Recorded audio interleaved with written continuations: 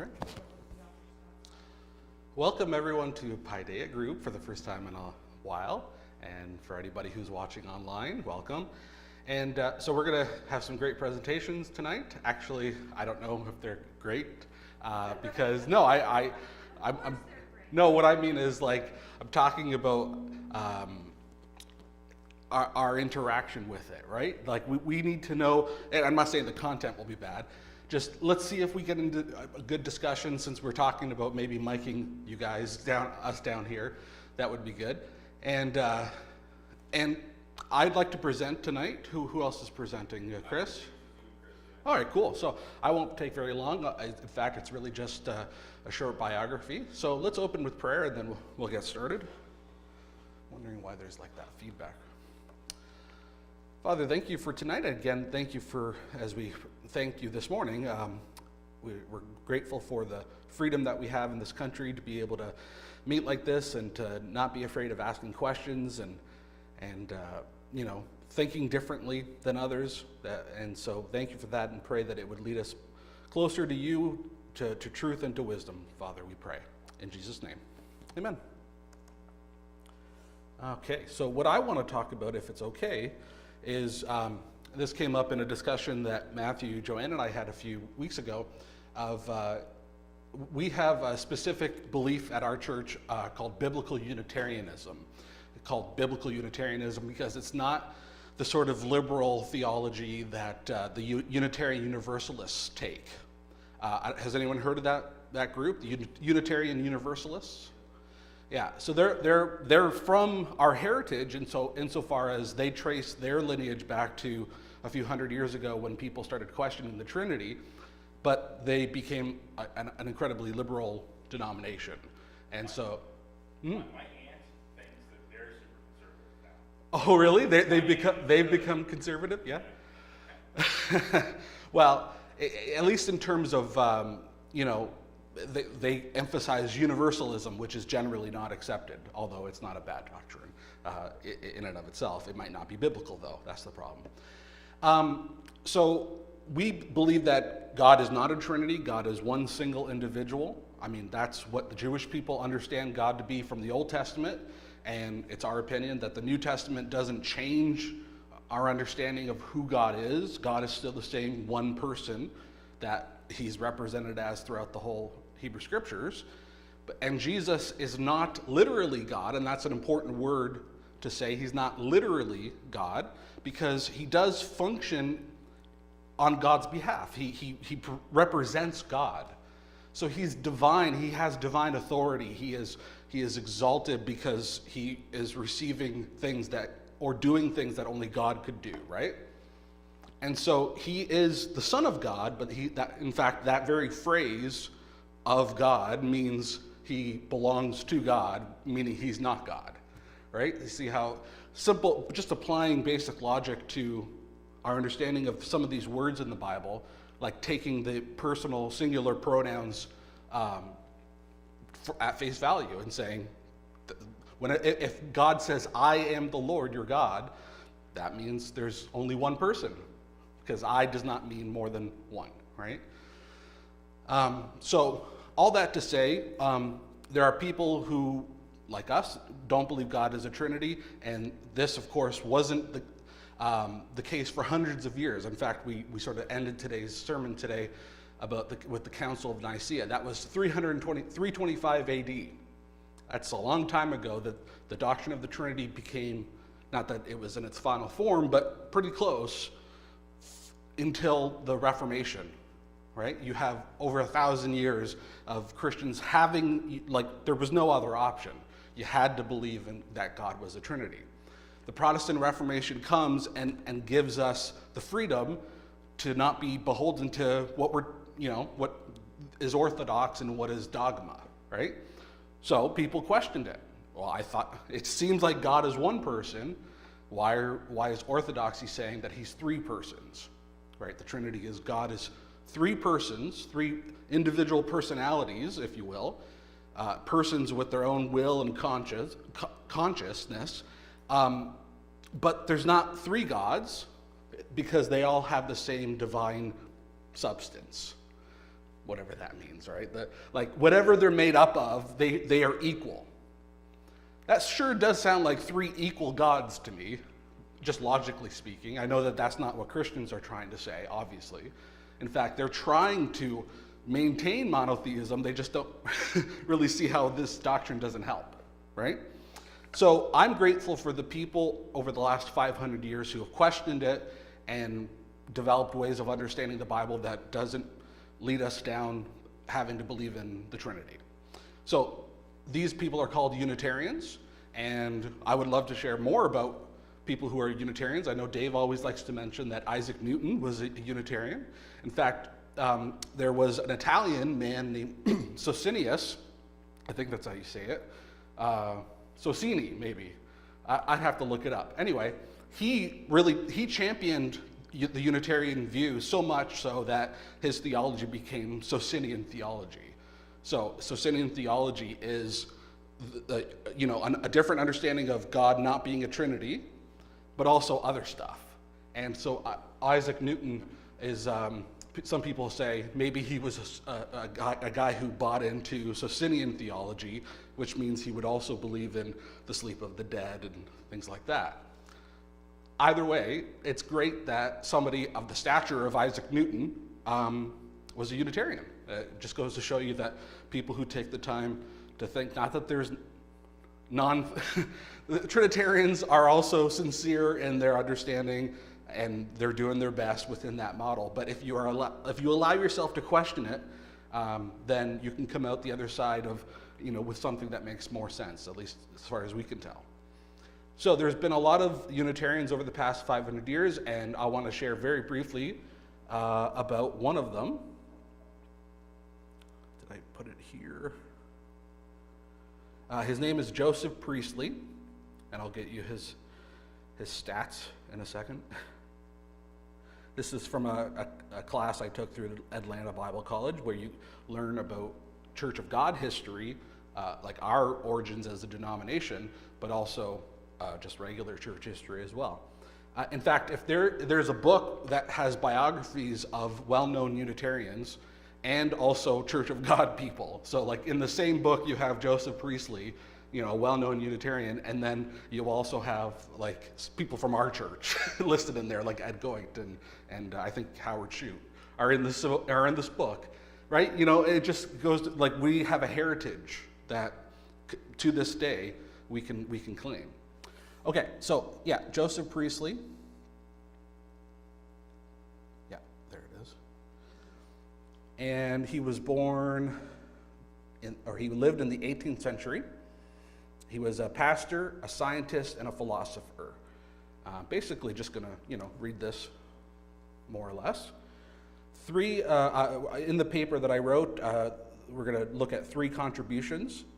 His applying reason to the Bible to discover its truths, using that same approach,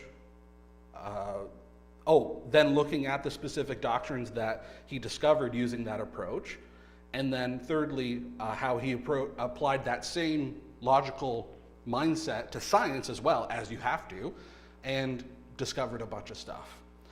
So, again, Priestley was born in 1733, raised as a Christian.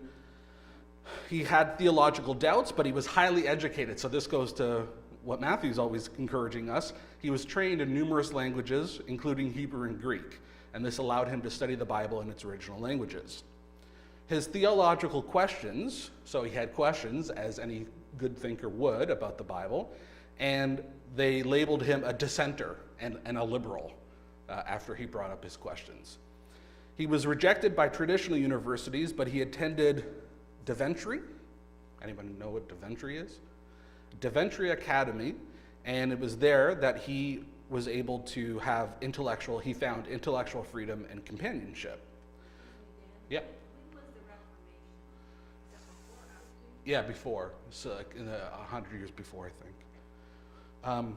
Priestley then served as a pastor in the years that followed, but as a Unitarian dissenter and a sympathizer of the downtrodden of France after the French Revolution, Priestley and his family were often in danger of persecution. In fact, one time his home and church were burned to the ground, and they survived only because they had advanced warning. He then moved his family to America, and he settled with the English dissenters in Pennsylvania, which, by the way, that's where a lot of the Unitarians in American history were originally from, the Pennsylvania area, now able to freely live as a Unitarian. So, so in this, Priestley was of the tradition that came as a result of the Reformation. He, quote, a new biblicism, which was a desire to approach the scriptures directly through the original tongues and the national languages, instead through the cloudy prism of the Latin Vulgate and medieval theologians. Yeah. I just want to add for the people who like science, Yeah. or like John. Yeah. So Joseph Priestley, I'm just looking at. Oh, I'm going to get to it. Oh, you did? Yeah. Okay, sorry. Yeah. I didn't know if you covered all of That's part of the some of the most interesting parts. Yeah. Sorry. No. Yeah, feel free to comment when we get there.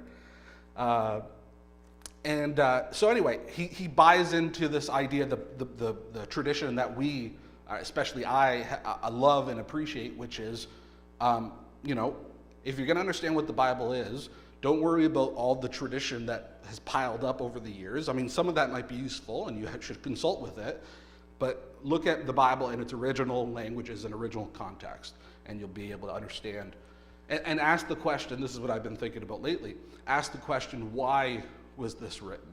That is important too. Not just the circumstances surrounding why the piece, but also why it was written, their purpose behind it.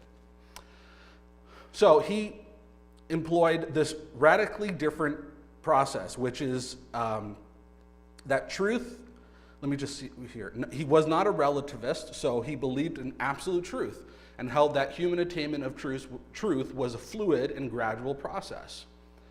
And so he applied this sort of mindset to the Bible and figured that, if you keep on questioning things, you can eventually, figure more and more things out.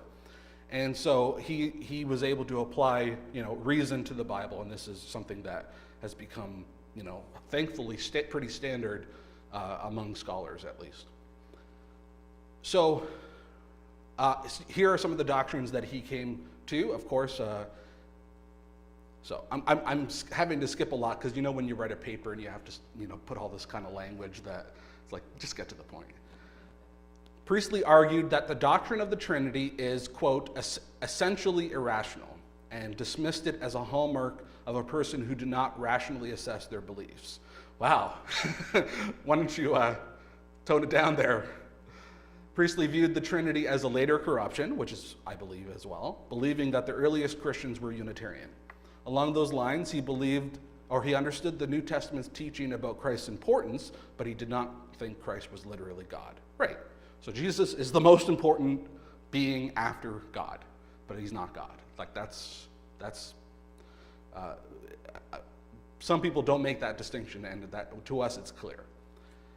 Anyway, he also had the idea, believed in the unity of the body and the spirit, that an idea of an immortal soul is a belief that is foreign to the Bible. So he did not believe in that either. And he believed in what's called annihilationism, which means there's no eternal hell, eternal conscious torment in hell. You are annihilated instead. So he demonstrated that beliefs can be discovered through sincere and rational study. So that's his legacy as a Christian. But as a scientist, he, let's see here. He was interested in new facts, and he wanted to make new discoveries. And he discovered, one thing that he discovered is that charcoal conducts electricity. So that's cool. Priestley also made discoveries in the area of chemistry, notably the discovery of oxygen. So that's a big deal.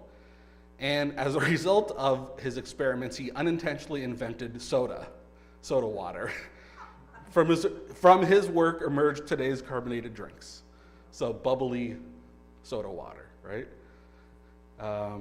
He was into political philosophy, fighting alongside other dissenters for civil and political liberty. In his writings, Priestley argued the progression of humanity relied upon freedom, amen, and therefore he was also an advocate of limited government and laissez-faire economics, hands-off economics. So he was a libertarian. Among the great thinkers of his time, Priestley had an effect on Thomas Jefferson, as evidenced by the fact that Jefferson mourned his death. And so he made quite an impact on the world, in the Christian world, and in science.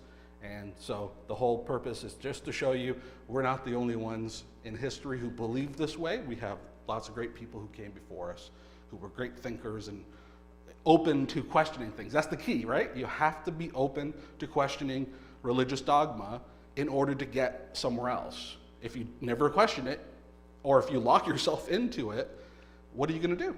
You'll never think that another way could make sense. So you have to open yourself up to that. So that's it. Any questions or comments? Yeah. I wonder if it'll feedback though. How long is it? And it's also paused.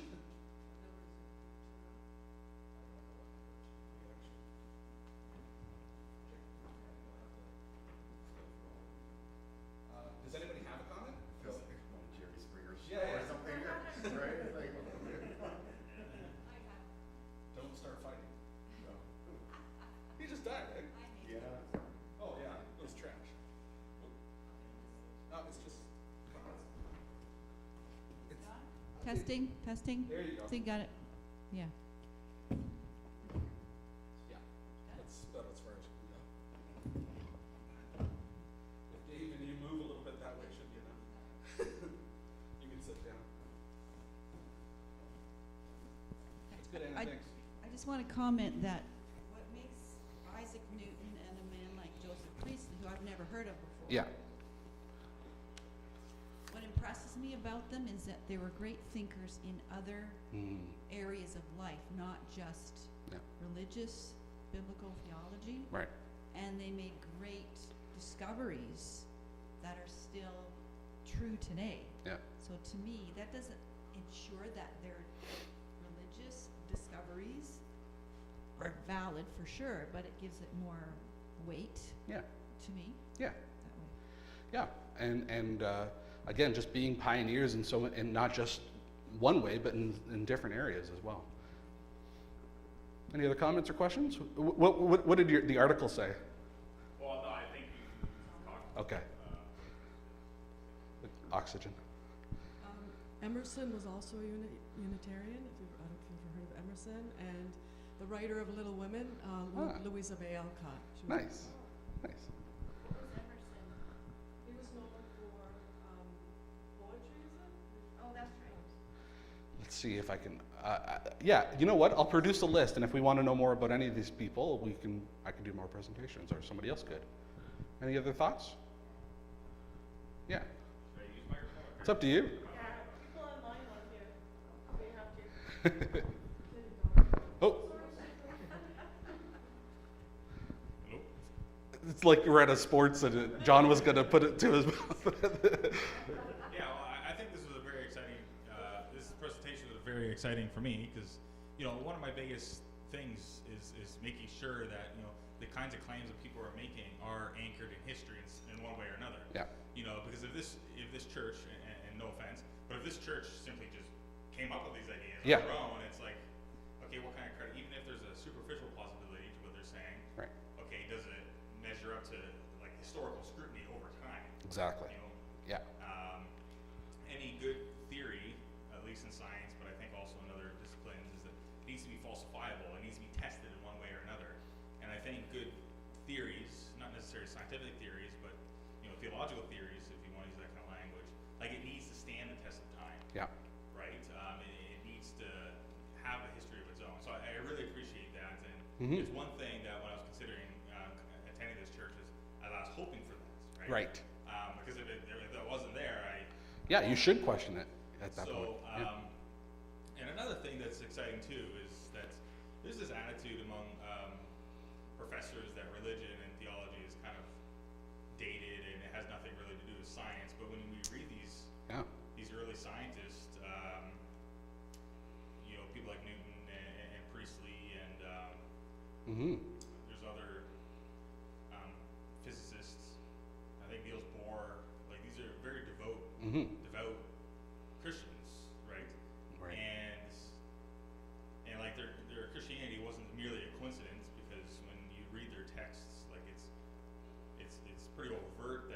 motivations for doing science is primarily theological, Right. right? And their justification for the possibility of science is rooted in the belief that God has created human beings to know the universe around them, Right. right? So they have a basis for, I guess, the intelligibility of the universe, right? Like why, Yeah. who are human beings to understand the universe whatsoever? Like why are Right. we among Right. any other creature, you know?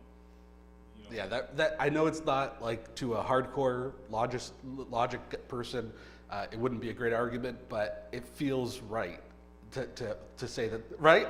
It's not an argument, but it just feels right that there would be an intelligent designer, and we are his creation in his image, and that's why we can have the intelligence to be able to understand the universe. It feels right. There's, that's not proof, but it just feels right to me. Well, I think it more than feels right. I think it gives us a rational basis to be confident in our abilities to know the truth whatsoever. That's I think it's because if you're not religious, you have to come up with another alternative. Like, how is it possible? Yeah. Like, how can you explain how the universe is intelligible to us? Yeah, and how we keep on, we're continuing to learn more and more about it. That it just, again, feels like there should be something more there. And so you're right, it's a rational basis. There's no particular evidence, like, to back it up, so to speak. Well, I think there's evidence. Well, no, but evidence because that's the way you're interpreting it, right? Yeah. Is that fair to say? As I'm looking to our token. No, okay, I'm just kidding. It can make logical sense within your beliefs, and I can affirm that. And again, and I subscribe to it. But what evidence is there that the reason why we can understand it is because we are made in God's image, type thing? So, anyway, we're kind of getting into a whole different topic. This is an important discussion because, because interpretation Yeah. is more basic to human understanding than empirical evidence. Yes, Right? that's Like, true. we first begin interpreting the world. Right. Okay, we need to be able to interpret the world in one way or another in order for us to do science. Right? Oh. So this is a more basic mode. It's of more understanding, basic. Okay. Right, and this It is undergirds it. yeah. Yeah. So when we talk about thinkers like Heidegger, like this is kind of what they're saying. They're saying, our basic understanding of the world is like how do we go about understanding anything at all? Is Right, this it's- statement true? Then, if I can test it, an intelligent designer. If you deny an intelligent designer, how can you then have a desire for truth, like scientific truth? Yeah, I Like, if you can't deny the intelligibility part Yeah. and then enter into the intelligibility. But wouldn't they just say that they're just starting from who we are as human beings, like regardless of our origins? right. Okay, so you're saying that maybe I'm not following you. Yeah. Exactly. I get what you're saying. I like the idea of Yeah. like it's even more basic, and it sort of like It's a better the fact that interpreting the world as creation. yes, Okay, gives us more explanatory power than interpreting the world as simply brute matter, right, right? Because that doesn't really explain anything, right? It doesn't explain why the world could be intelligible to us, right? Right. Like it's and again, you can't prove it scientifically in one way or another. Right. Because this is Okay. how we understand the world before we even start doing science. yeah, Because we're talking about the presuppositions of human understanding and thus of science. right, right. But anyway, Yeah, it's something that's deep in our subconscious, like. yeah, if you want, like, You know what I mean? I'm not saying that because clearly scientists who are atheists aren't attributing the things that they're observing and studying to God. So it's got to be more unconscious than like I don't know if I would like say it's unconscious. baked within us. You could put it that way. Like in a certain Culturally, sense, at least. Yeah, exactly. So in a certain sense, okay, our language, when you're saying unconscious, like, in a certain sense, our language and the meaning of our words, we're not always conscious of it, Yes, but it's always there. yes. It's built upon a long history that came before us, and God was a part of that Yeah. that history. So Both- if yeah. I were not a Christian, I would need some other explanation for why the universe is intelligible to us, Mm-hmm. right? Like some kind of an explanation that makes sense. Yeah. Yeah.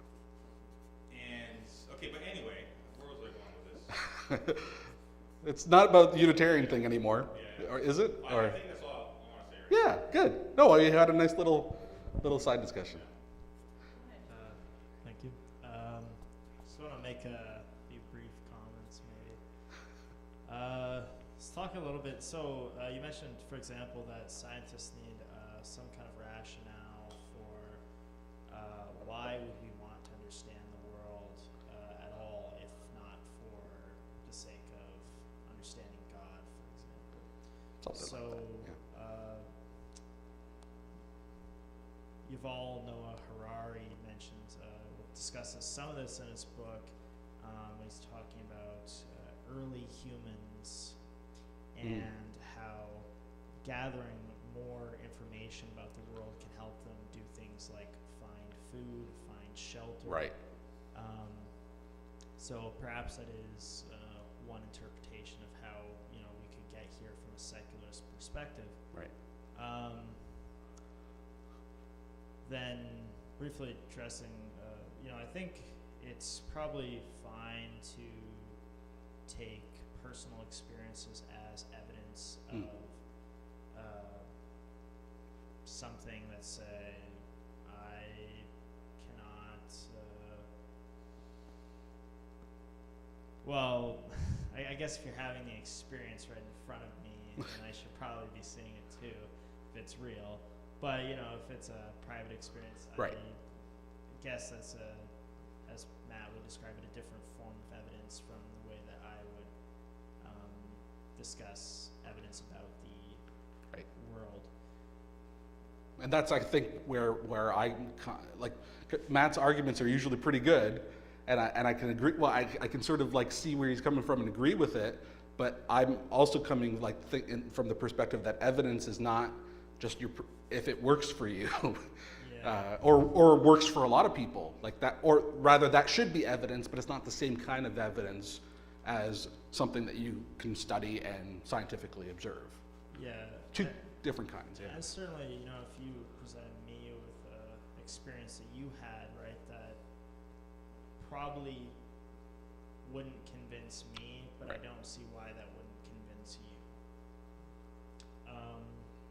Okay. Mhm. One more thing to mention. I think science has a lot of explanatory power and does make overall an intelligible explanation for the universe. So I don't think it's fair to say it's just Yeah. And I, all I, in the I, world to prove matter. I can say with confidence, an atheist can live their lives never giving God a second thought, necessarily, and just get through their life and die relatively happy. So to that degree or to that aspect, I concede that. It's just, is there something more? Maybe. See, but you're also probably, like your personality-wise, predisposed to want to care about that. My wife, for example, is the kind of like rule-following, let's get stuff done, let's go through life. Like she would, if it wasn't for me being in her life, she wouldn't care as much about that sort of thing. Well, here's the challenge I think I have with what John said about science explaining things. Forgot. Here's the question the challenge I have with that kind of or the assumption that science can explain the fact that things are, right? So the question of why is there something rather than nothing, it's outside of the scope of science. Right. Science assumes things, Yes. right? So like it completely, so any possible explanation needs to be philosophical, theological. It can't be scientific, right? So I think you make good arguments. It's just, it's not necessarily persuasive to somebody who is not, I don't want to say predisposed again, but I just mean, unless you're open to that way of thinking, to what you're saying, then a secular person would just be like, I don't need it. Because that's why I said, because you can go through your life and not think about it. But is that fair to to reality? It's not fair to reality, maybe. Yeah, but just because they don't need it doesn't mean that it's true either. Right? Yeah. I mean, yeah. Either way. Yeah. yeah, you're right. It doesn't actually say whether it's right or wrong or true or false. Yeah. Yeah, so just wanted to. It says we had this discussion, or a very similar discussion, over the podcast, which everyone here has listened to. So I'm just gonna do a recap of that. I think when we talked about this and science, or say discussing the origins of the universe, how is there something rather than nothing, as being a theological question. You mean this in not necessarily a way that requires God, but rather just a theological style investigation, correct? Yeah, I would say that's why I said theological or philosophical, because I'm not going to That's just fair. assume it's necessarily just it's God. But I mean, it's hard to imagine it coming about without some kind of agency, Yeah. right? Like if there's no agency, then it's completely blind, and those explanations I don't think are very satisfactory. Right. Okay, and then maybe one last thing to say. We assume that it's blind, but rather it's just lacking intention. But blind is probably not the correct word, because we could say that there's many different laws and rules that interactions of matter follow to lead it to its destination. Amen. Nice prayer. No, that's good. I think going back to Matt's, Matt mentioned a philosopher named Heidegger, and what he would say is that you don't need to. You basically can have the beauty of seeing the universe without saying that there is a God. Yeah. So, for example, what he analyzes what he calls being. An example would be, he uses this example himself. Imagine he's walking with he's a professor at a university. He's walking with his student, right? And what happens is that he notices that he's able to talk with the student side by side, but at the same time he's able to kind of navigate the world in such a way where he's able to open the lecture door and then walk down the stairs. And he's able to do all of that extra stuff when also having a conversation with the student. So what he would say is that there's actually he would call this the most basic intelligibility, which is like one of the most basic meaning, which is the fact that I'm able to interact with the world. I'm able to hold this microphone and speak and I'm able to address you in such a way. I know there's people listening to me right now. Like there's all this magic to the world. And as you're saying though, a lot of people they don't necessarily need to acknowledge that in order. Right. But it's more to people who appreciate beauty but are also grateful for that beauty. Yes. So I think that gratefulness is a huge thing, and to me, gratefulness amplifies my own life. It makes me more happy. It Right. makes me feel wonder and awe and inspired about the world.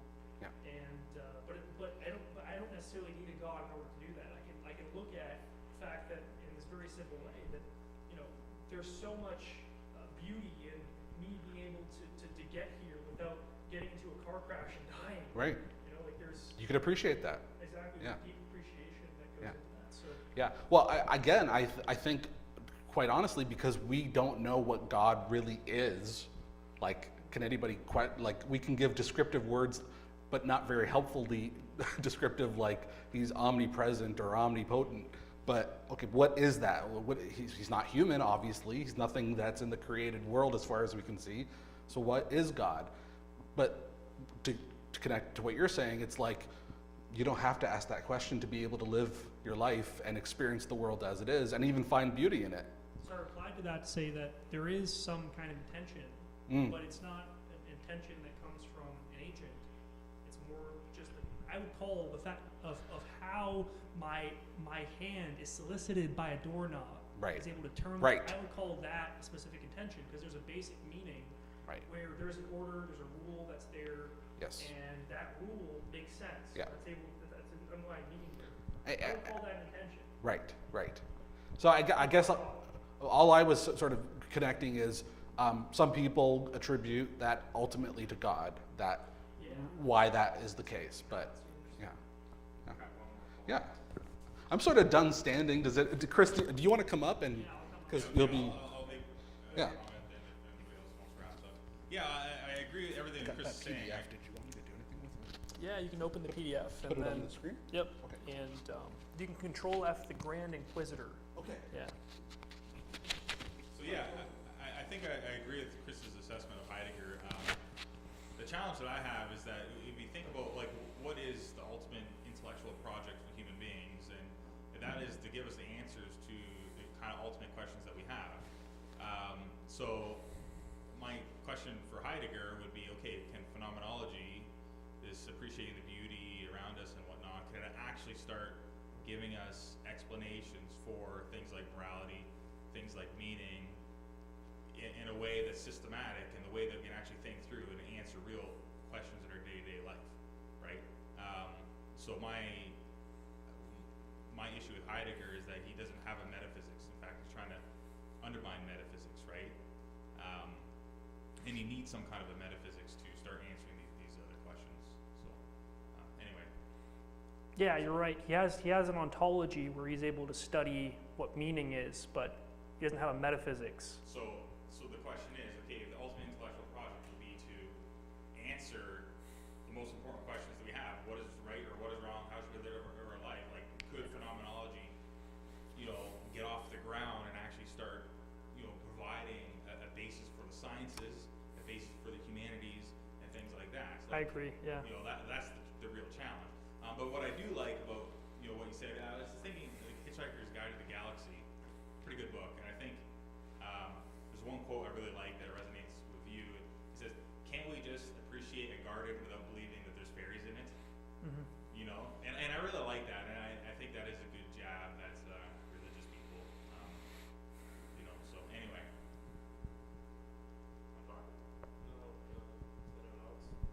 Okay.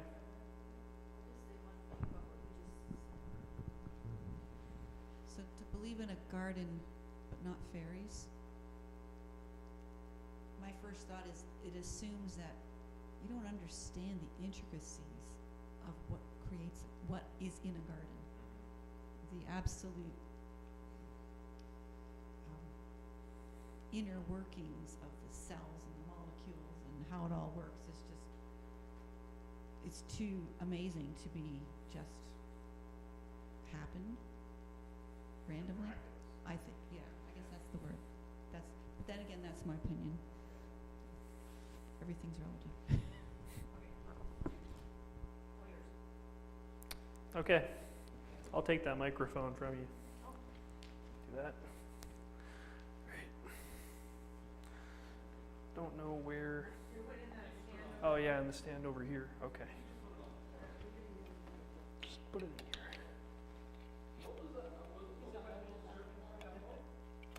Sorry, what was that, Dan? If you search for the Grand Inquisitor.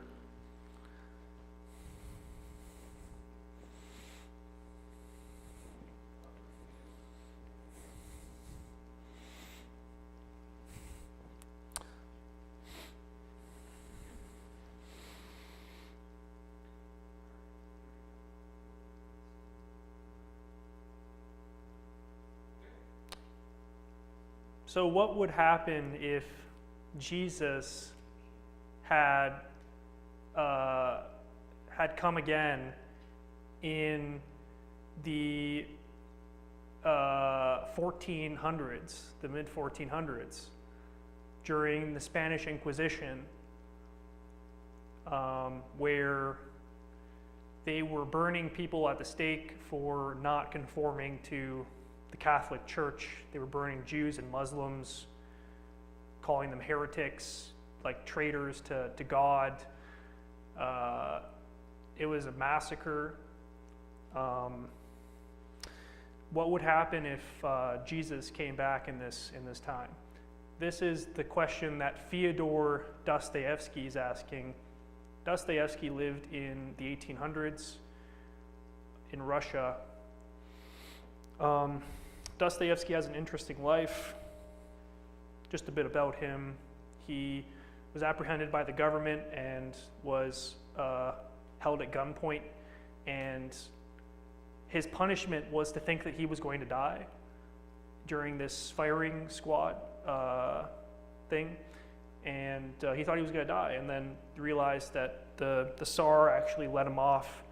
But yeah, he had a really horrible life. He was in like concentration camps. Like this guy, he really he suffered so much, and this is the ground that he's coming from. It's a ground of absolute suffering, and yeah, he's really interested in the question of God. So Dostoevsky wants to save Christianity, unlike other thinkers like Nietzsche who want to get rid of Christianity.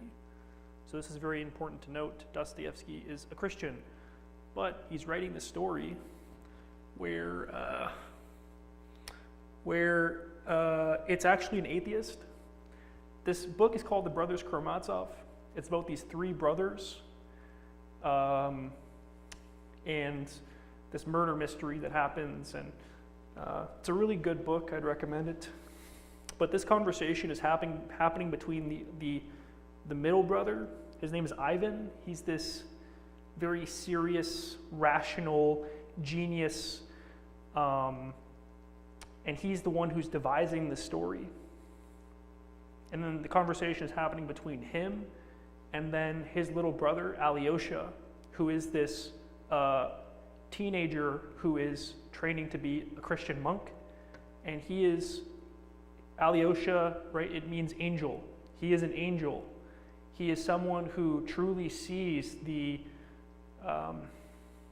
who has this wisdom of like being so tender and being so loving. But Ivan, he has had such a terrible life, so Ivan, as compared to Alyosha, is this cold, rational, serious thinker, and he doesn't think that God doesn't exist. He actually says that God may exist, but he feels betrayed by God. He goes on this entire thing about the evil that happens in the world, and he feels so betrayed by God. He asks, how can little children, how could they go through so much suffering and then die? And like, where is the order in that? And so I think I gave a lot of backstory. So I'll just start reading. So this is. Can I just interrupt? Is there some feedback? Yeah, there's definitely feedback happening in there. So maybe, yeah, turn it off, I guess. Yeah. Nice. Oh, it was off. Oh.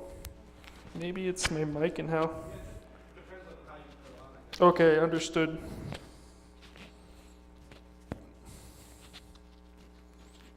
Is that better?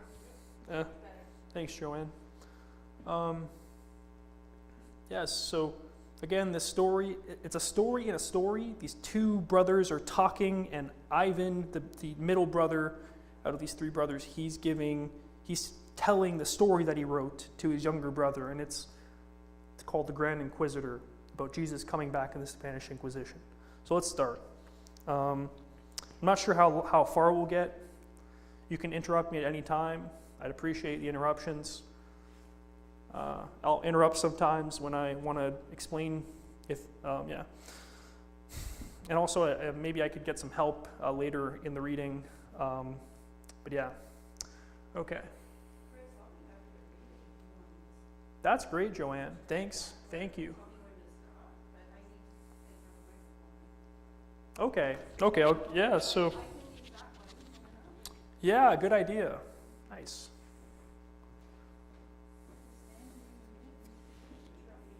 Okay.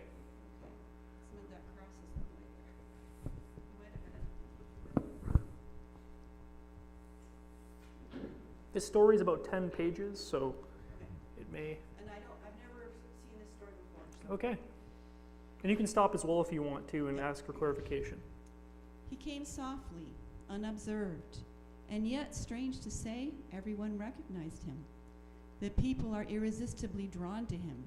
They surround him. They flock about him, follow him. He moves silently in their midst with a gentle smile of infinite compassion.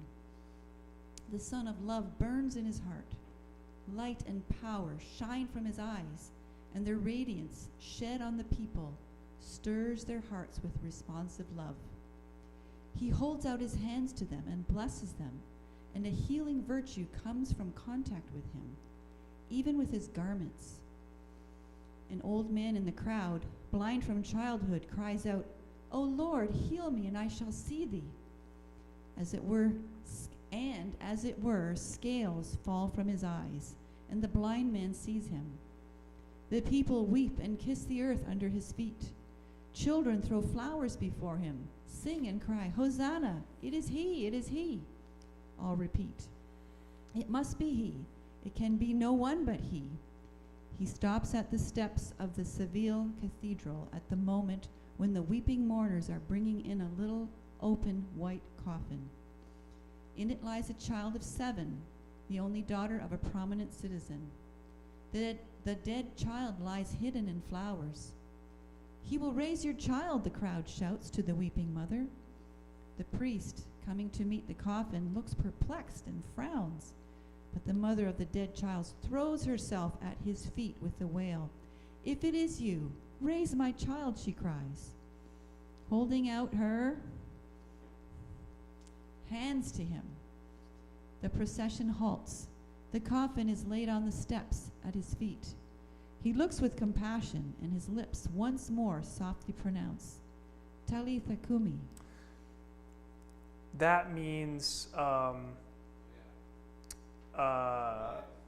I think it's rise maiden, rise maiden, yes.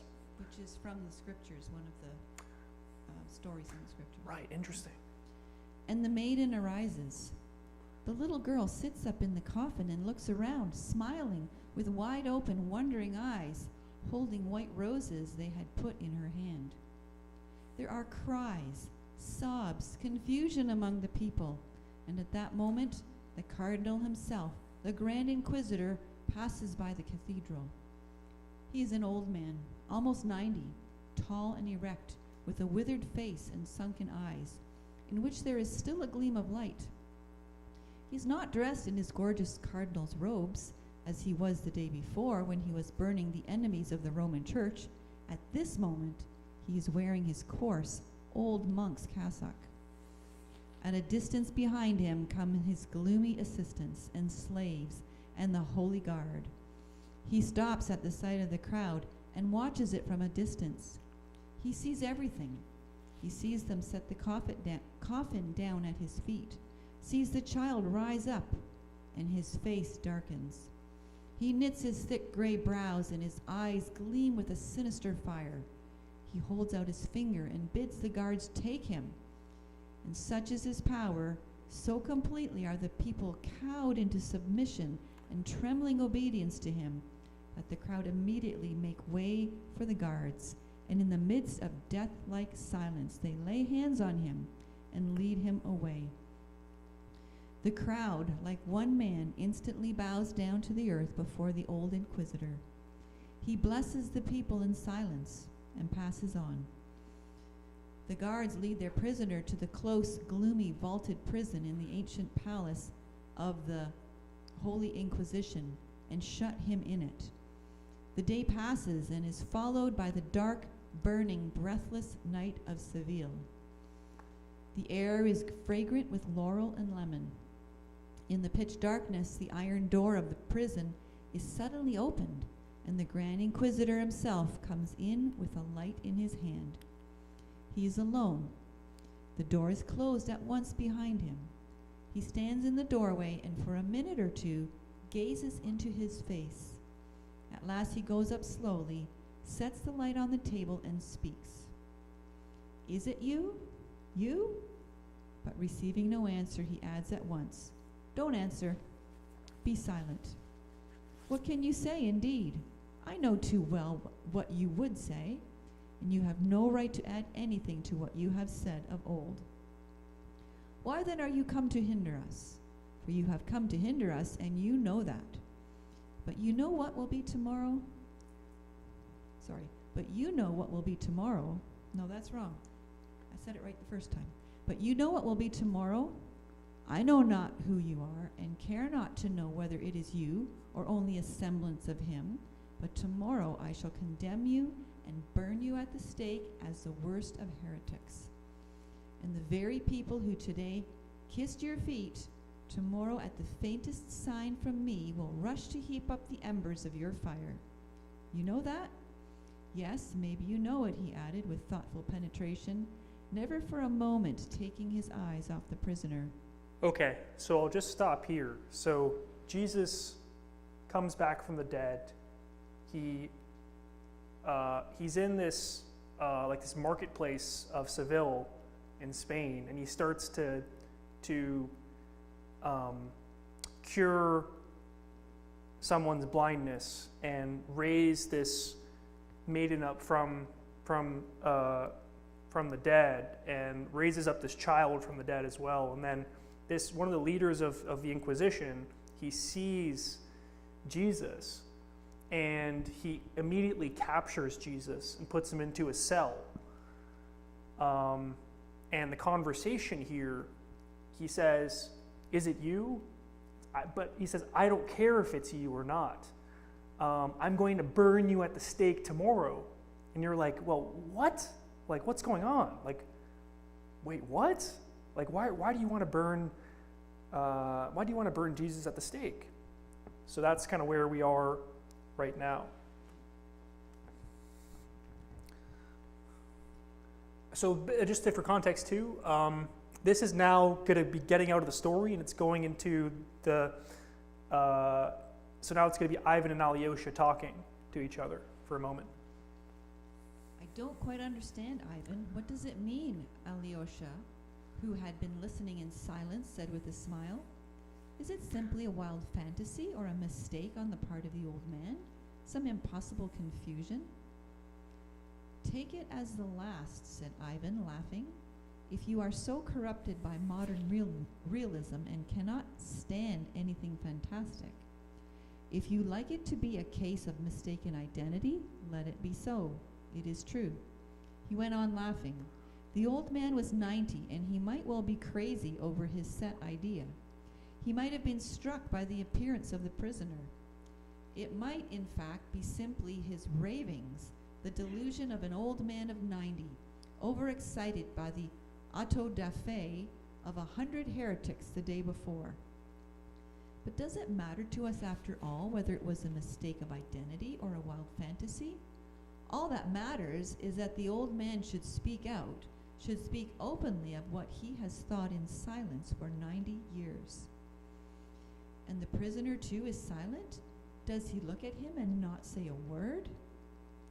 That's inevitable in any case, Ivan laughed again. The old man has told him he hasn't the right to add anything to what he has said of old. One may say it is the most fundamental feature of Roman Catholicism, in my opinion at least. All has been given to you, all has been given by you to the Pope, he says, and all therefore is still in the Pope's hands, and there's no need for you to come now at all. You must not meddle for the time at least. That's how they speak and write too. The Jesuits at any rate. I have heard it myself. I have read it myself in the works of their theologians. Have you the right to reveal to us one of the mysteries of that world you have come from? My old man asks him, and answers the question for him. No, you have not. So you may not add to what has been said of old, and may not take from men the freedom which you exalted when you were on earth. Whatever you might reveal anew will encroach on men's freedom of faith. For a little too fast there, Dan. Back up. Where was I? Okay. For it will be manifest as a miracle, and the freedom of their faith was dearer to you than anything in those days 1,500 years ago. Did you not often say then, I will make you free? But now you have seen these free men, the old man adds suddenly with a pensive smile. Yes, we've paid dearly for it, he goes on, looking sternly at him. But at last we have completed that work in your name. For 15 centuries we have been wrestling with your freedom, but now it is ended and over for good. Do you not believe that it's over for good? You look meekly at me and do not deign even to be wroth with me. But let me tell you that now, today, people are more persuaded than ever that they have perfect freedom. Yet they have brought their freedom to us and laid it humbly at our feet. But that has been our doing. Was this what you did? Was this your freedom? The wise and dread spirit, the spirit of self-destruction and non-existence, the old man goes on. The great spirit talked with you in the wilderness, and we are told in the books that he tempted you. Is that so? And could anything truer be said than what he revealed to you in 3 questions, and what you rejected, and what in the books are called the temptations? And yet if there has ever been on earth a real and stupendous miracle, it took place on that day, on the day of the 3 temptations. The statement of those 3 questions was itself the miracle. If it were possible to imagine, simply for the sake of argument, that those 3 questions of the dread spirit had perished utterly from the books, and that we had to restore them and to invent them anew, and to do so had gathered together all the wise men of the earth, rulers, chief priests, learned men, philosophers, poets, and had set them the task to invent 3 questions such as would not only fit the occasion, but express in 3 words, 3 human phrases, the whole future history of the world and of humanity. Do you believe that all the wisdom of the earth brought together could have invented anything in depth and force equal to the 3 questions which were actually put to you then by the wise and mighty spirit in the wilderness? From those questions alone, from the miracle of their statement, we can see that we have to do here not with the fleeting human intelligence, but with the absolute and eternal. For in those 3 questions, the whole subsequent history of mankind is foretold, as it were, gathered together into one whole, and uniting in them all the unsolved historical contradictions of human nature. At the time, it could not be so clear, since the future was unknown, but now that 1,500 years have passed, we see that everything in those 3 questions was so rightly divined and foretold, and so truly fulfilled, that nothing can be added to them or taken from them. Judge yourself who was right, you or he who questioned you then. Remember the first question. Its meaning, in other words, was this: you would go into the world and are going with empty hands, with some promise of freedom that men, in their simplicity and their natural unruliness, cannot even understand, that they fear and dread. For nothing has ever been more unbearable for a man and a human society than freedom. But see you these stones in this parched and barren wilderness? Turn them into bread, and mankind will run after you like a flock of sheep, grateful and obedient, though forever trembling lest you withdraw your hand and deny them your bread. But you would not deprive man of freedom, and rejected the offer, thinking, what is that freedom worth if obedience is bought with bread? You replied that man lives not by bread alone. But do you know that for the sake of that earthly bread, the spirit of the earth will rise up against you, and will strive with you and overcome you, and all will follow him, crying, who can compare with this beast? He has given us fire from heaven. Do you know that the ages will pass, and humanity will proclaim by the lips of their sages that there is no crime, and therefore no sin, there is only hunger? Feed men, and then ask of them virtue. That's what they'll write on the banner they will raise against you, with which they will destroy your temple. Where your temple stood will rise a new building. The terrible Tower of Babel will be built again, and though like the one of old it will not be finished, yet you might have prevented that new tower and had cut short the sufferings of men by 1,000 years, for they will come back to us after 1,000 years of agony with their tower. They will seek us again, hidden underground in the catacombs, for we shall be again persecuted and tortured. They will find us and cry to us, feed us, for those who have promised us fire from heaven have not given it. And then we shall finish building their tower, for he who feeds them finishes the building. And we alone shall feed them in your name, declaring falsely that it is in your name, Oh, never, never can they feed themselves without us. No science will give them bread so long as they remain free. In the end, they will lay their freedom at our feet and say to us, "Make us your slaves, but feed us." They themselves will understand at last that freedom and bread enough for all are inconceivable together, for never, never will they be able to share fairly between them. They will be convinced, too, that they can never be free, for they are weak, vicious, worthless, and rebellious. You promise them the bread of heaven, but I repeat again, can it compare with earthly bread in the eyes of the weak, ever sinful, and ever ignoble race of man? And if for the sake of the bread of heaven, thousands and tens of thousands will follow you, what is to become of the millions and tens of thousands of billions of creatures who will not have the strength to forego the earthly bread for the sake of the heavenly? Or do you care only for the tens of thousands of the great and strong, while the millions, numerous as the sands of the sea, who are weak but love you, must exist only for the sake of the great and the strong? No, we care for the weak too. They are sinful and rebellious, but in the end they too will become obedient. They will marvel at us and look on us as gods because we are ready to endure freedom and rule over them. So awful will freedom seem to them. But we shall tell them that we are your servants and rule them in your name. We shall deceive them again, for we will not let you come near us again. That deception will be our suffering, for we shall be forced to lie. This is the significance of the first question in the wilderness, and this is what you rejected for the sake of that freedom which you exalted above everything. Yet in this question lies hidden the great secret of this world. Choosing bread, you would have satisfied the universal and everlasting craving of humanity, to find someone to worship. So long as man remains free, he strives for nothing so incessantly and so painfully as to find someone to worship. But man seeks to worship what is established beyond dispute, so that all men would agree at once to worship it.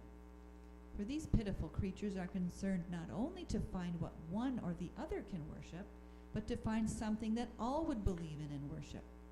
What is essential is that all may be together in it. This craving for community of worship is the chief misery of every man individually and of all humanity from the beginning of time. For the sake of common worship, they have slain each other with the sword. They have set up gods and challenged one another. Put away your gods and come and worship ours, or we will kill you and your gods. And so it will be to the end of the world. Even when gods disappear from the earth, they will fall down before idols just the same. You knew, you could not help knowing this fundamental secret of human nature, but you rejected the one infallible banner which was offered you to make all men bow down to you alone, the banner of earthly bread. And you rejected it for the sake of freedom and the bread of heaven. Behold what you did further, and all again in the name of freedom. I tell you that man is tormented by no greater anxiety than to find someone quickly to whom he can hand over that gift of freedom with which the ill-fated creature is born. But only the one who can appease their conscience can take over their freedom. In bread there was offered you an invincible banner. Give bread and men will worship you, for nothing is more certain than bread. But if someone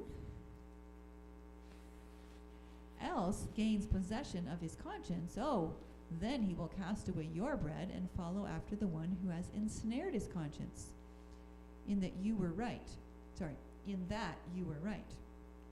For the secret of man's being is not only to live, but to have something to live for. Without a clear conception of the object of life, man would not consent to go on living, and would rather destroy himself than remain on earth, though he had bread in abundance. That is true. But what happened? Instead of taking men's freedom from them, you made it greater than ever.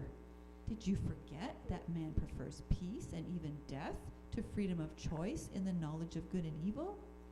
Nothing is more seductive for man than his freedom of conscience. But nothing is a greater cause of suffering. And behold, instead of giving a firm foundation for setting the conscience of man at rest forever, you chose all that is exceptional, vague, and enigmatic. You chose what was utterly beyond the strength of men, acting as though you did not love them at all, you who came to give your life for them. Instead of taking possession of men's freedom, you increased it and burdened the spiritual kingdom of mankind with its sufferings forever. You desired man's free love so that he should follow you freely, enticed, taken captive by you. In place of the rigid ancient law, man must hereafter with free heart decide for himself what is good and what is evil, having only your image before him as his guide. But did you not know he would at last reject even your image and your truth if he is weighed down with the fearful burden of free choice? They will cry aloud at last that the truth is not in you, for they could not have been left in greater confusion and suffering than you have caused, laying upon them so many cares and unanswerable problems. Okay, so we can stop there. I know it was a lot of reading. You can see that the Grand Inquisitor, he's just babbling. He's just talking and talking and talking, right? But notice Jesus. Jesus hasn't said a single word. Isn't that interesting? That will come into play at the very ending. The ending is amazing. It's one of the best endings I've ever seen to a short story. But just to give a little back, what they're talking about. So basically, a lot of stuff. Basically, the Grand Inquisitor is reminding Jesus of the 40 days where he was spent in the desert fasting, I believe. And the devil tempted him with 3 questions. He's only talked about the first question, but there's 2 other questions he'll talk about. I'm not sure how much, if it's even worth going into. But there's a lot of, so basically he's saying to Jesus, the devil asked you to turn stone into bread. And Jesus said, what was the phrase he said? Men shall not live by bread alone. And the Grand Inquisitor is saying that when you said that phrase, you took away man's freedom. And you're like, how are you taking away man's freedom? How does that make sense? Well, the Grand Inquisitor, in other words, Ivan's argument, this atheist, is to say that that Jesus didn't show a miracle when the time was. Jesus didn't demonstrate a miracle with the certainty that it was in fact a miracle. So, of course, Jesus did amazing things on account. He cured blind people. He healed people from sickness, right? But when he was actually asked to demonstrate that, he didn't do it, because he said man can live on. So what was the phrase again? Sorry, I'm really sorry. I forget. Not live by bread alone. You cannot live by bread alone. But on every word that comes from the mouth of God. Yeah, but you have to live by the word of God. That's interesting, and now the Grand Inquisitor is saying, but how about the weak people who need that resolution to believe? There's tons of strong people who are able to believe. But how about the people who need bread? He's literally talking metaphorically about people who, that are non-believers, but he's also literally talking about the poor that are food deprived, that need food. He's talking in 2 senses there. What he means to say is to say that, why wasn't there something? This is the Grand Inquisitor's argument, or at least Ivan's argument. Why wasn't there something more substantive to Jesus, such that we were able to get proof that miracles were able to come to life, and where we could see miracles and then believe in Jesus and follow Jesus, Why, and that's because Jesus wanted us to have our freedom. But the Grand Inquisitor's argument is that it's too much. It's too much freedom in that sense. Where, how am I meant to believe when I'm left in this darkness where there's nothing of substance? In other words, there's no demonstration that miracles are possible. So I guess I want to ask everyone. I want this to be more of a conversation than me just talking. What do you think of that? Is that like a valid argument that the Grand Inquisitor is making?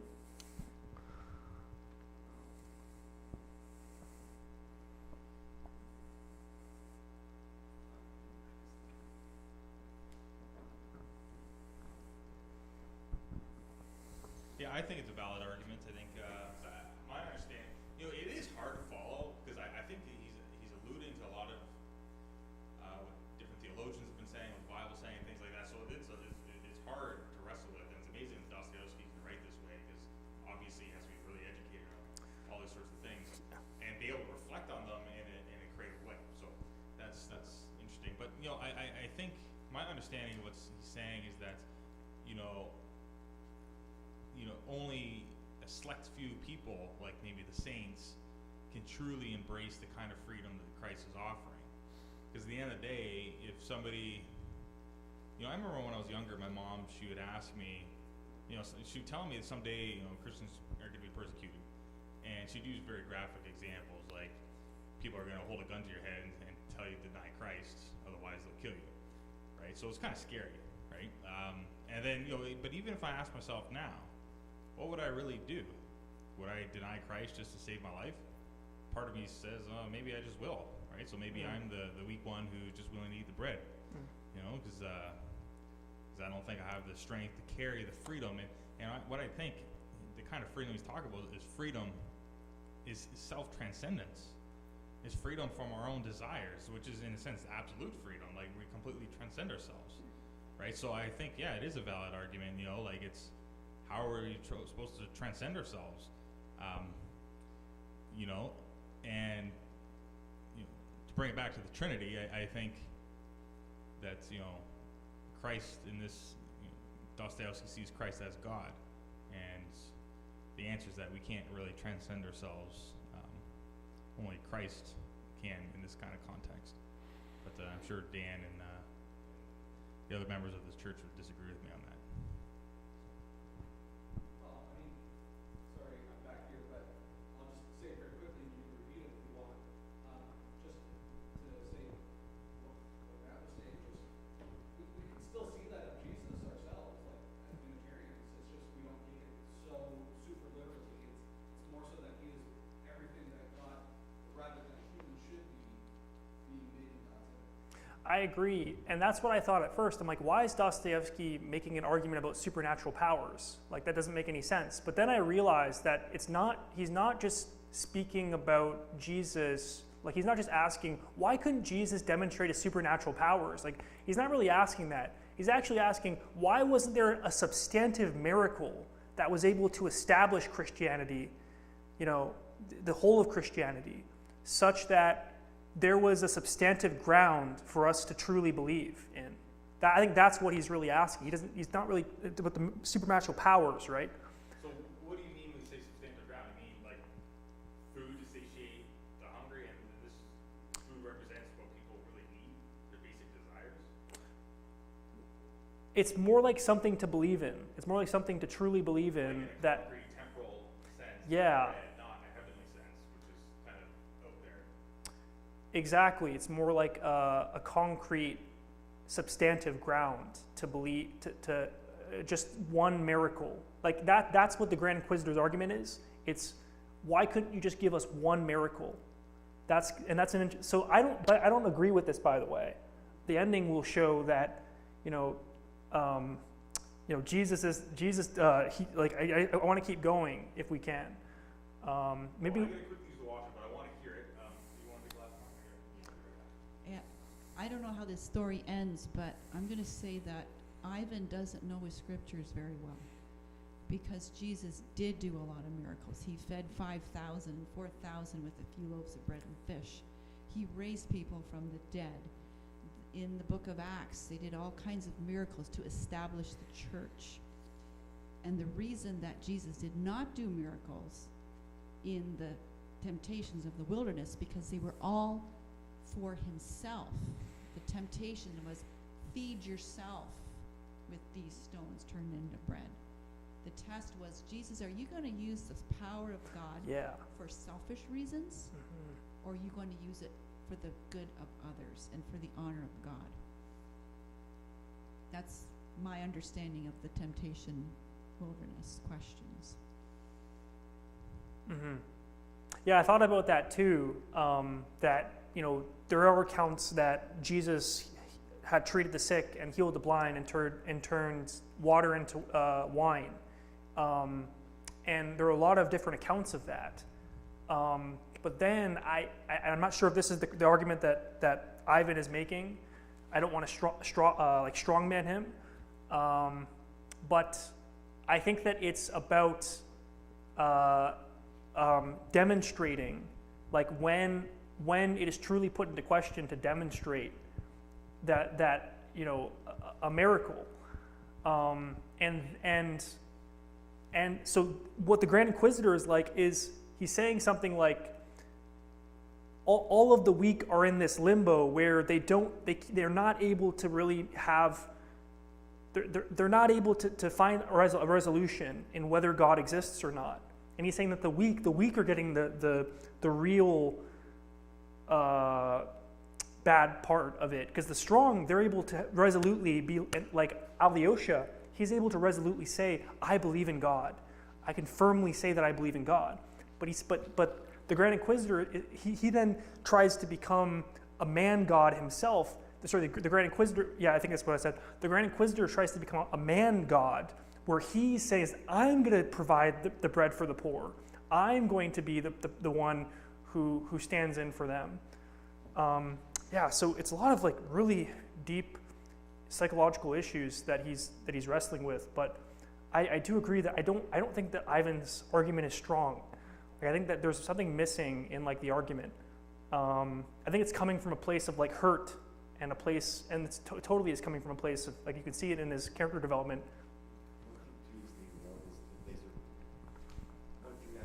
One thing that he's leaving out is the resurrection of Jesus too, right? And that's one of the biggest miracles.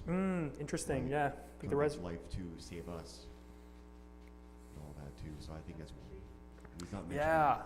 in this right here. Yeah, that's interesting, right? Because I think that by him acknowledging that, it would probably take away in his mind some power of his own, his own being a human being, Mm-hmm. kind of making his own decision. Maybe that's something he feels he can't wrestle with. Sorry, just give me 1 minute. Yeah, this really reminds me of like somebody like Donald Trump. You know, I know maybe that's a little bit far-fetched, but like Donald Trump is somebody who's obviously not really a Christian at all, and he swoops in and he just embraces Christianity. Like, he reminds me of what he's talking about. Oh, I'll just speak on God's behalf. You know, when he walked out, I don't remember if you guys remember, but when the riots were going on, he walked out with the Bible. You guys remember that? Donald Trump, he walked out holding the Bible. And a lot of Christians just bought into that. You know, the weak Christians, they just buy into it. You know? But anyway. That is interesting. It's like that the Inquisitor, he's trying to stand in for God, and he has completely abandoned the idea of God, and now he is like running his own. He's a man god. He's running his own show, because he's able to say, I can resolutely know, what my capabilities are, like what I can do. I understand that, and then, so he's trying to leave God out of the equation in that, and that's. Yeah. Yeah, I think it's probably worthwhile to consider too. One of the things that the Inquisitor mentions that they've been wrestling with this for 1,500 years. So it had been a long time between when the Bible was written and and Jesus was around, perhaps doing these miracles, and the time they're in now. So there's many generations that would have not seen any miracles performed by Jesus, and it would essentially be hearsay in a sense. Yeah. Yeah, that's interesting. That's the really interesting thing. It's that, you know, that a miracle has now been demonstrated, that Jesus has risen up from the dead now, and like he has so much. The Grand Inquisitor has so much vanity to be like, I don't even need you anymore. We've all gotten through since 1,500 years have passed, and that's so much vanity that's there, and like it's such a strange reaction to have. Like, I still don't really understand that part itself. So obviously this is kind of like a parable of the Grand Inquisitor. So on this alternative narrative, Christ rises a second time, or is it the first time Christ rises? This is the second time that he rises. It's the return, right? Exactly. Oh, Yeah. it's the return. So Okay, yeah. not the second rise. So I don't know why I said the second. I guess the second coming would be the return, right? Makes sense, Okay. Yeah. Yeah. So where I put this? Yeah, that would be great, Joanne. Thanks. Yeah, I really enjoy Joanne's reading. Yeah. I think we're in the middle of this screen. So that in truth you yourself laid the foundation for the destruction of your kingdom, and no one is more to blame for it. Yet what was offered you? There are three powers alone able to conquer and hold captive forever the conscience of these impotent rebels for their own happiness.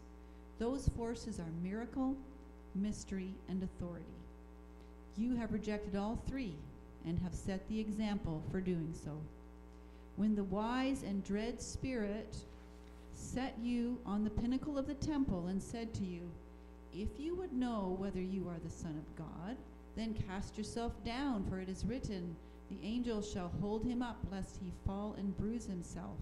And you shall know then whether you are the Son of God, and shall prove then how great is your faith in your Father. But you refused, and would not cast yourself down. Oh, of course you did proudly and well, like God. But the weak, unruly race of men, are they gods? Oh, you knew then that in taking one step, in making one movement to cast yourself down, you would be tempting God and have lost all your faith in him, and would have been dashed to pieces against that earth which you came to save. And the wise spirit that tempted you, you would have rejoiced. But I ask again, are there many like you? And could you believe for one moment that men too could face such a temptation? Is the nature of men such that they can reject miracles, and at the great moments of their lives, the moments of their deepest, most agonizing spiritual difficulties, cling only to the free verdict of the heart? Oh, you knew that your deed would be recorded in books, would be handed down to remote times and the utmost ends of the earth, and you hoped that man, following you, would cling to God and not ask for a miracle. But you did not know that when man rejects miracles, he rejects God too. For man seeks not so much God as the miraculous. And as man cannot bear to be without the miraculous, he will create new miracles of his own for himself, and will worship deeds of sorcery and witchcraft, though he might be 100 times over a rebel, heretic, and infidel. You did not come down from the cross when they shouted to you, mocking and reviling you, come down from the cross, and we will believe that you are he. You did not come down, for again you would not enslave man by a miracle, and craved faith given freely, not based on miracle. You craved love given, freely given, and not the base raptures of the slave before the might that has overawed him forever. But you thought too highly of men therein, for they are slaves, of course, though rebellious by nature. Look round and judge. 15 centuries have passed. Look upon them. Whom have you raised up to yourself? I swear, man is weaker and baser by nature than you have believed him. Can he do what you did? By showing him so much respect, you did, as it were, cease to feel for him, for you asked far too much from him. You who have loved him more than yourself, respecting him less, you would have asked less of him. That would have been more like love, for his burden would have been lighter. He is weak and vile. What though he is everywhere now rebelling against our power? Sorry, I got that mixed up. What though he is everywhere now rebelling against our power and proud of his rebellion? Is the pride of a child and a schoolboy. Sorry. It is the pride of a child and a schoolboy. They are little children riding and barring out the teacher at school. But their childish delight will end. It will cost them dear. They will cast down temples and drench the earth with blood. But they will see at last, the foolish children, that though they are rebels, they are impotent rebels, unable to keep up their own rebellion. Bathed in their foolish tears, they will recognize at last that he who created them rebels must have meant to mock at them. They will say this in despair, and their utterance will be a blasphemy that will make them more unhappy still.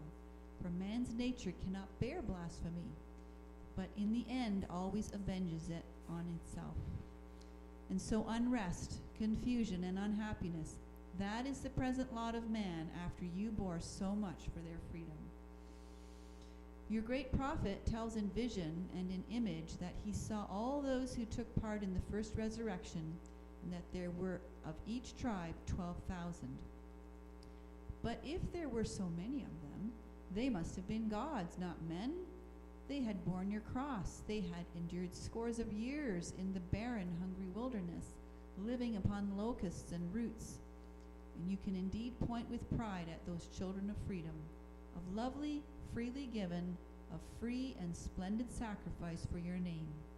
But remember that they were only some thousands. And what of the rest?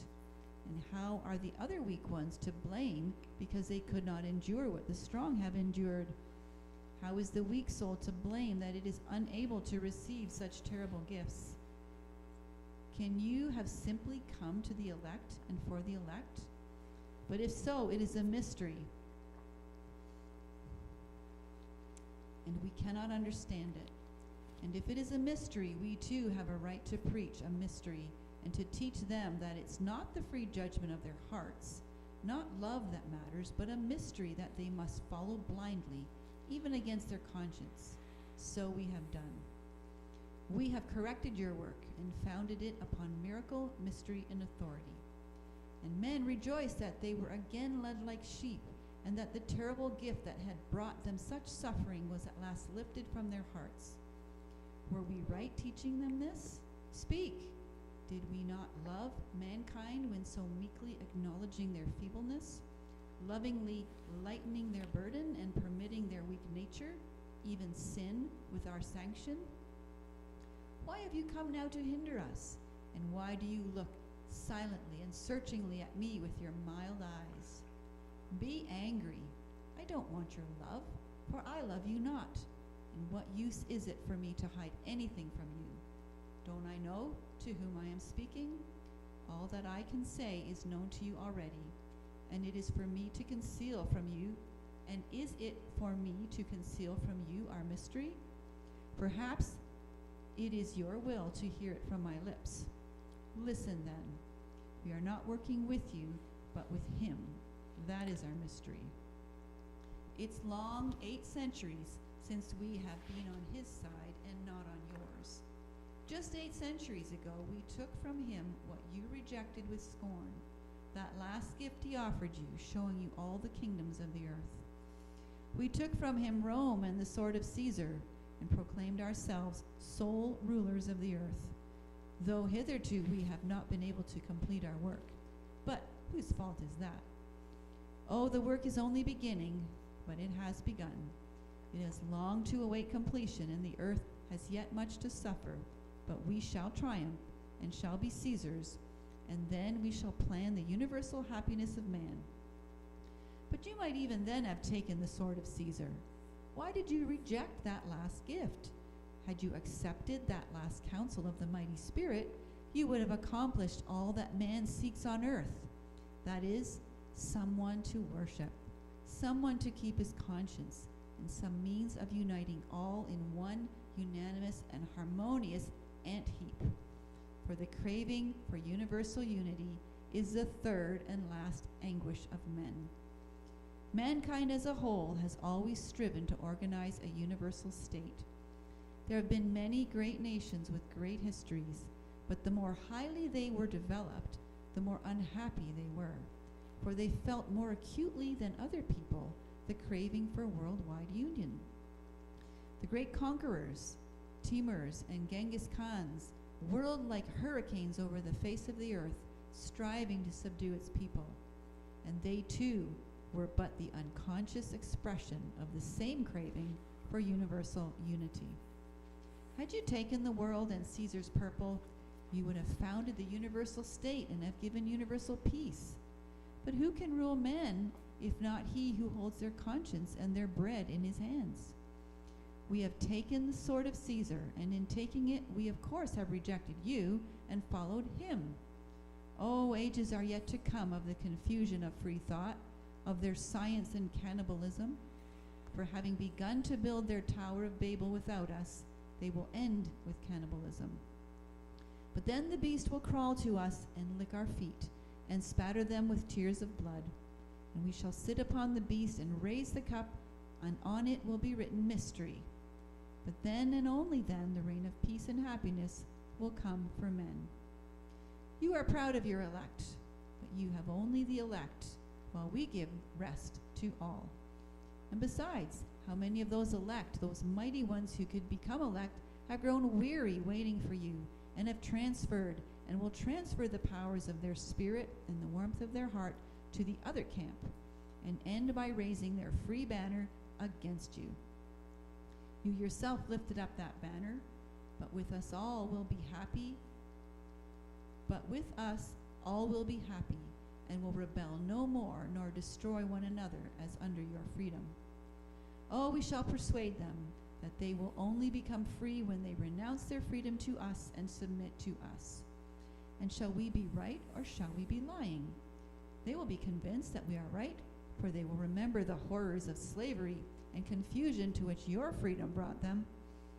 Freedom, free thought, and science will lead them into such straits and will bring them face to face with such marvels and insoluble mysteries that some of them, the fierce and rebellious, will destroy themselves.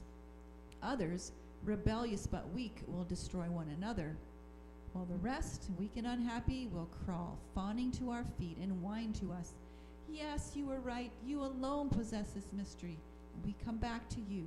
Save us from ourselves." Receiving bread from us, they will see clearly that we take from them the bread made by their hands to give it to them without any miracle. They will see that we do not change the stones to bread, but in truth they will be more thankful for taking it from our hands than for the bread itself. For they will remember only too well that in the old days, without our help, even the bread they made turned into stones in their hands, while since they have come back to us, the very stones have turned to bread in their hands. Too well they know the value of complete submission. And until men know that, they will be unhappy. For who is most to blame for their not knowing it? Speak! Who scattered the flock and sent it astray on unknown paths? But the flock will come together again, will submit once more, and then it will be for good. Then we shall give them the quiet, humble happiness of weak creatures such as they are by nature. Oh, we shall persuade them at last not to be proud, for you lifted them up and thereby taught them to be proud. We shall show them that they are weak, that they are only pitiful children, but that childlike happiness is the sweetest of all. They will become timid and will look to us and huddle close to us in fear as chicks to the hen. They will marvel at us and will be awe-stricken before us, and will be proud at our being so powerful and clever that we have been able to subdue such a turbulent flock of thousands of millions. They will tremble impotently before our wrath. Their minds will grow fearful. They will be quick to shed tears like women and children, but they will be just as ready as at a sign from us to pass to laughter and rejoicing, to happy mirth and childish song. Yes, we shall set them to work, but in their leisure hours we shall make their life like a child's game, with children's songs and innocent dance. Oh, we shall allow them even sin. They are weak and helpless, and they will love us like children because we allow them to sin. We shall tell them that every sin will be expiated if it is done with our permission, that we allow them to sin because we love them, and that the punishment for these sins we take upon ourselves. And we shall take it upon ourselves, and they will adore us as their saviors who have taken on themselves their sins before God. And they will have no secrets from us. We shall allow or forbid them to live with their wives and mistresses, to have or not to have children, according to whether they have been obedient or disobedient. And they will submit to us gladly and cheerfully. They will bring to us all the most painful secrets of their conscience, all, and we shall have an answer for everything. And they will be glad to believe our answer, for it will save them from the great anxiety and terrible agony they endure at present in making a free decision for themselves. And all will be happy, all the millions of creatures except the 100,000 who rule over them. For only we who guard the mystery, shall be unhappy. There will be thousands of millions of happy babes, and 100,000 sufferers who have taken upon themselves the curse of the knowledge of good and evil. Peacefully they will die, peacefully they will expire in your name, and beyond the grave they will find nothing but death. But we shall keep the secret, and for their happiness we shall allure them with the reward of heaven and eternity. Though if there were anything in the other world, it certainly would not be for such as they. It is prophesied that you will come again in victory. You will come with your chosen, the strong and proud. But we will say that they have only saved themselves, whereas we have saved all. We are told that the harlot who sits upon the beast and holds in her hands the mystery shall be put to shame, that the weak will rise up again and will rend her royal purple and will strip naked her loathsome body. But then I will stand up and point out to you the 1,000 millions of happy children who have known no sin. And we who have taken their sins upon us for their happiness will stand up before you and say, judge us if you can and dare. Know that I fear you not. Know that I too have been in the wilderness. I too have lived on roots and locusts. I too prized the freedom with which you have blessed men. And I too was striving to stand among your elect, among the strong and powerful, thirsting to make up the number. But I awakened and would not serve madness. I turned back and joined the ranks of those who have corrected your work. I left the proud and went back to the humble for the happiness of the humble. What I say to you will come to pass, and our dominion will be built up. I repeat, tomorrow you shall see that obedient flock who at a sign from me will hasten to heap up the hot cinders about the pile on which I shall burn you for coming to hinder us. For if anyone has ever deserved our fires, it is you. Tomorrow I shall burn you. I have spoken. When the inquisitor ceased speaking, he waited some time for his prisoner to answer him. His silence weighed down upon him. He saw that the prisoner had listened intently all the time, looking gently into his face and evidently not wishing to reply. The old man longed for him to say something, however bitter and terrible. But he suddenly approached the old man in silence and softly kissed him on his bloodless, aged lips. That was all his answer. The old man shuddered. His lips moved. He went to the door, opened it, and said to him, "Go and come no more. Come not at all, never, never." And he let him out into the dark alleys of the town. The prisoner went away, and the old man, the kiss glows in his heart, but the old man adheres to his idea.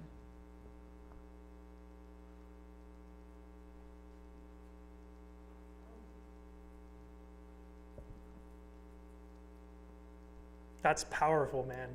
That's really powerful to me. I'm getting teary here because that's just classic Dostoevsky. He'll just do something like that. That's just amazingly, completely breaks the frame of what you would predict and expect. It just entirely presents you with the really real, and that's the really real kind of hitting you in the face. We just listened to the Grand Inquisitor make really crappy arguments for like the last half an hour, and then Dostoevsky does something so powerful like that.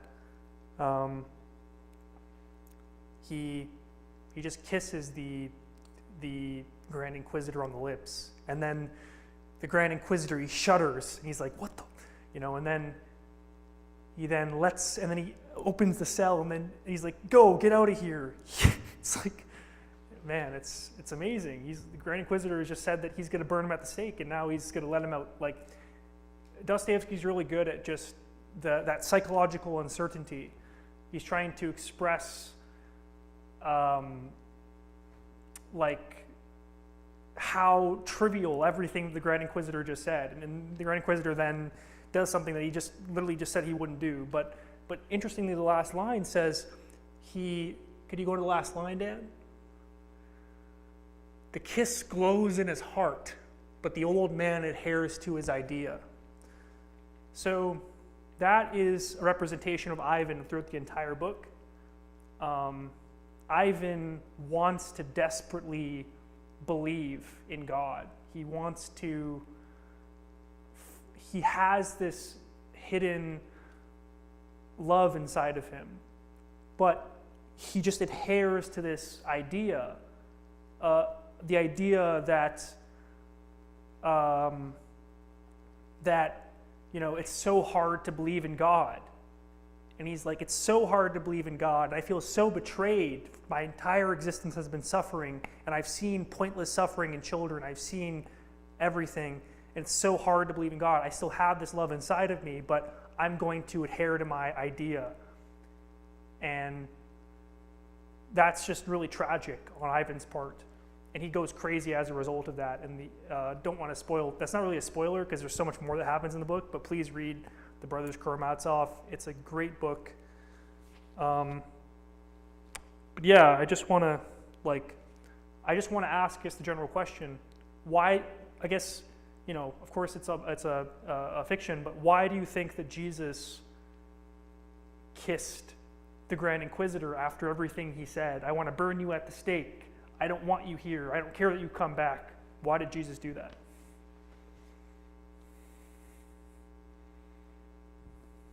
It's hard to answer it because,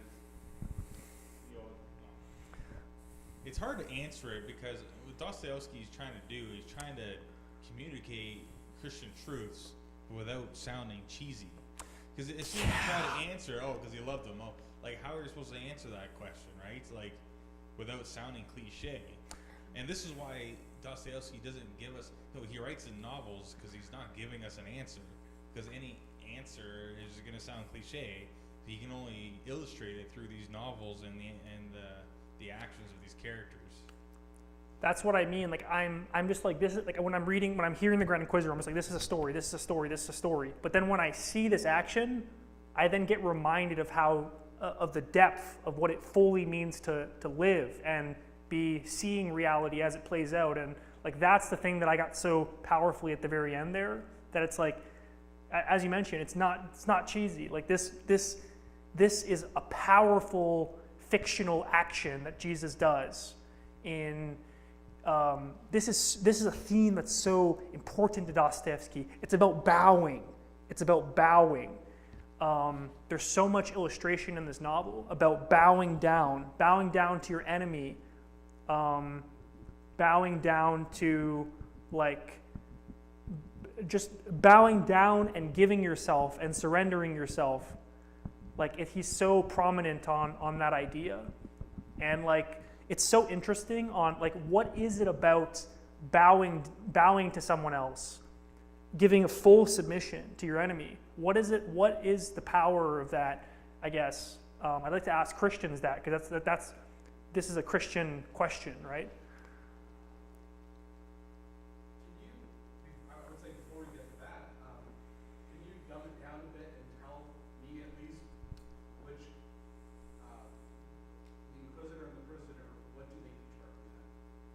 So the prisoner is Jesus. But like the genuine Jesus? Because That- it sounds like the Inquisitor is Christendom. That's interesting. So I guess, it sounds like the Inquisitor is Christendom.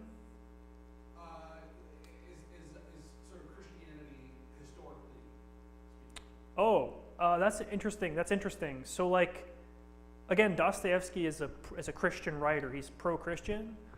But I guess the Inquisitor, to me, I guess it's all interpretation. But the Inquisitor, to me, is the part of the church that tries to provide answers to its followers in such a way that it doesn't need that outside source of God anymore. That the Grand Inquisitor here is saying, even if it's a lie, even if I don't have all the answers, I'm going to tell people answers. And I'm going to give people that fulfillment that you, Jesus, can't do. But I'm going to listen to him, which is God. So it's an interesting kind of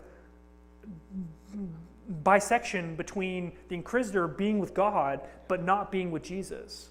That's an interesting thing that comes out of the Inquisitor. I almost feel like this is something that I would want to read again and maybe find people like paraphrasing and dumbing it down just because I'm way absorbing. Yeah, I'll try to find some like Grand Inquisitor analyses, and then you can then look at like an analysis. Because I agree, it's probably good to do some background research to like get like those systematic, structured points on like what is happening. Because I agree there's a lot that's happening. At the very end, we didn't talk about this, but at the very end, he makes this is the valid point that I see Ivan makes. Like I don't think his other points are like really like they're not really persuasive, but this is a pretty persuasive point. Ivan says, remember the third temptation, which is when I believe that the devil takes Jesus up to the top of a temple, and then you can see the entire like nation, I guess, of like I don't know if it's please correct me if I'm wrong, all the kingdom, like all the different, like. We're not sure where he physically was when he showed him all the kingdoms. Okay, yeah. So he showed all the kingdoms of the world, and basically the Inquisitor's argument is to say that the devil asked him, do you want to have all of the kingdoms in the world under your dominion? I guess that's kind of like, do you want to have it under your dominion, under your power? And then Jesus said no. And he did that, at least to the Inquisitor's interpretation, because then all of the nations could have the freedom to decide whether they believe in Christianity. That's why you have Muslims and Jews and Christians. But then the Inquisitor's point to that is to say, look at all the divide you've created because of that. Like, why didn't you just take everyone under your wing instead of giving them the freedom to not even have competent minds to decide to all gather together to believe in one thing? Look at all, and this is a valid argument. Look at the divide in Christianity with all of these sects of Christianity. You have Catholics, you have Christians, you have Anglo-Saxons, Protestants. You have all these different sects, and it's like, and that's the Inquisitor is saying that's actually going to create so much internal conflict. But why don't you gather these people together under one flock? And that's what the Inquisitor is doing. I'm going to gather everyone under one flock. I'm going to give them the answers to existence. I think there's so much here. Yeah. I think, just in my own mind, beginning to scratch the surface of this story could lead us to discuss. It is, yeah, this is just to say, I know it sounds like I'm pumping it up, but this is the greatest novel of all time. Dostoevsky is the greatest writer of all time. This is said to be the greatest novel of all time. So I'm so happy we can all read it together, I say, let's talk about this again next time. Yeah, I just wanted to say one more last comment, and if anyone else wants to speak, please, but I just want to say how powerful that last action is of Jesus bowing. He doesn't actually physically bow, but he gives a kisses him on the lips. I just find that so powerful, and that's something that's so deep into what it means, like what Christianity is. It's to find this abounding love within yourself in such a way as to, like, it's to actually show, like, it's hard to really describe. I guess it's It's like, I'm going to show you something that matters more than what you seem to be thinking. And like that makes him shudder. And then he then gets confused, and like you can tell, you can see the vulnerability in him. And he's like, I'm gonna let you go. Like I don't even know what to think anymore. Like he's so confused and so dazzled at that act. It's such a real act. It's a real act because of how much mysterious that act has, how fully packed that act is in depth and magnificence and reality. Like it's such an amazing thing, you know? I just want to make a comment. I was watching like a documentary